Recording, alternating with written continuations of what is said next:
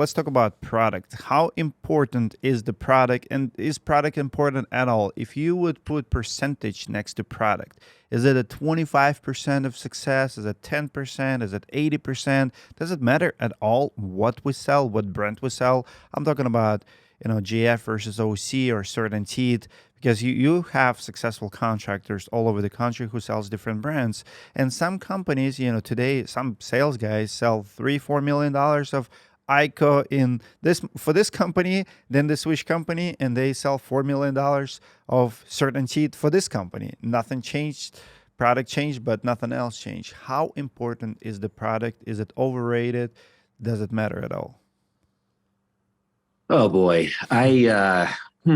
So let me give you kind of the long answer. If you go to the NEHB every year, they do a survey where they interview consumers. They survey consumers who had their roof replaced, and they ask them, which brand of shingles is on their roof.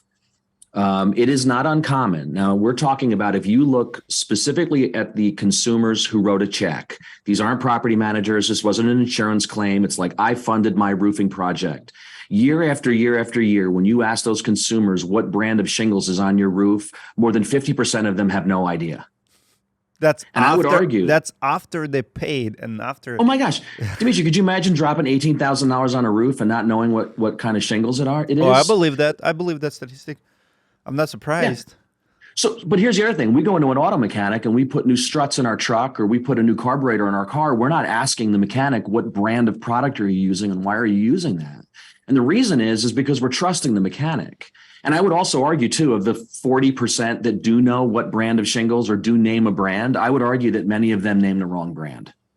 Wow. Because I think that they go into Home Depot or they go into Lowe's and they see a brand or they see the advertising, products like GAF and Owens Corning and CertainTeed and all the ones that we mentioned, ICO, Atlas. I mean, they do a really good job of creating. Just assume that that's what I have. So I'm going to say, well, I got a really great, GAF Oak Ridge shingle on my roof. They don't really know. So what I often tell contractors is that product presentation is a really important part of the sales process because I need to get the product commitment.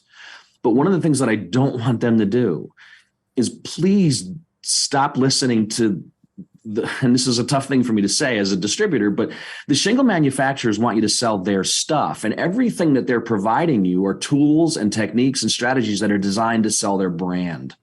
I would way rather the contractors sell themselves and talk about how they're going to build a system that's using the number one brand. So if I'm an ICO contractor, for example, I mean, at the end of the day, am I selling them an ICO roof system or am I selling them a John DeRosa roof system that's using ICO products? And there is a difference there. And what's interesting, Dimitri, is a lot of guys will nod their head and they go, that's what I do. And I go, well, how do you do it? Because at the end of the day, what really matters is the perception of the consumer. Does the consumer think that you're selling an ICO roof, or do they think it's your roof system that's using those products? And the thing that I don't want, and the reason why I'm not a big fan of you going out and taking, like Owens Corning has a great presentation that they built that goes out and it positions Owens Corning first. And I think that's one of the things that Rodney Webb teaches them, right? Is to, make it about start with the big guy and then work down towards you. And I do think it's a great presentation. But the concern that I have with that is if I, over the course of that discussion, establish a buying criteria in the mind of the consumer that says, look, what's really important is Owens Corning installed by a platinum preferred contractor.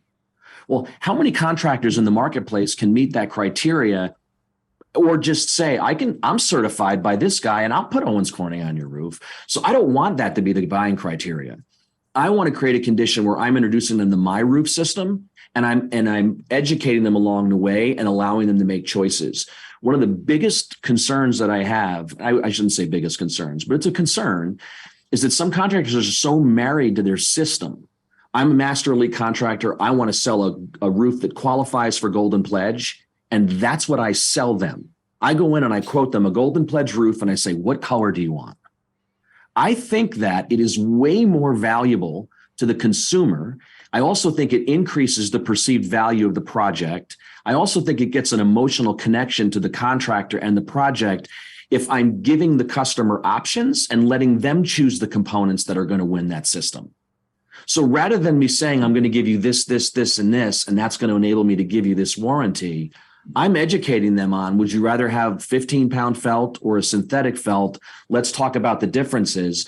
The homeowner's making, and I'm limiting these, Dimitri. I'm not going to waterboard them with 50 options because it becomes overwhelming, and that actually is a demotivator. But if I can choose 4 or 5 different system components that I'm going to provide to them as I walk through the roofing process. I'm going to show them how we're going to do their roof. And all along the way, I'm going to say, hey, look, I got some options for ice and water protector here. Which one would you prefer that I, install on your roof? They're making choices.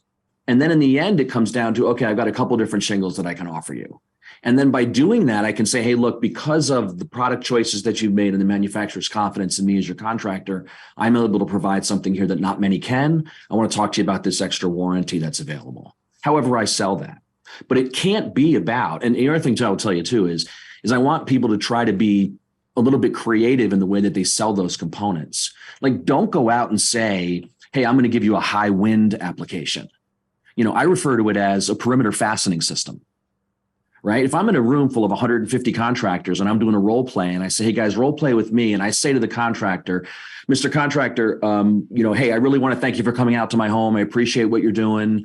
I really trust you guys. You guys seem like you do a really good job. But I met with somebody yesterday and he told me that I should go with the advanced weather protection package. Is that something that you offer? Most guys in the room go, I don't even know what that is. Well, how cool is that? If I can create a condition as a contractor where I'm selling something that is proprietary to me, and all I'm doing is I'm rebranding something unto myself that makes it difficult for the other people to answer. So that's part of the way that you sell the system. And again, I'm using GAF. They recognize that as one of the best shingle products available in North America or the world or whatever it is. I don't need to get into a huge presentation about here's why I use GAF. Company was founded here. This is the products that were built on the space shuttle and all that kind of stuff. Because the customer just wants to know what's important to me. How are you going to build the roof system and what's it going to cost?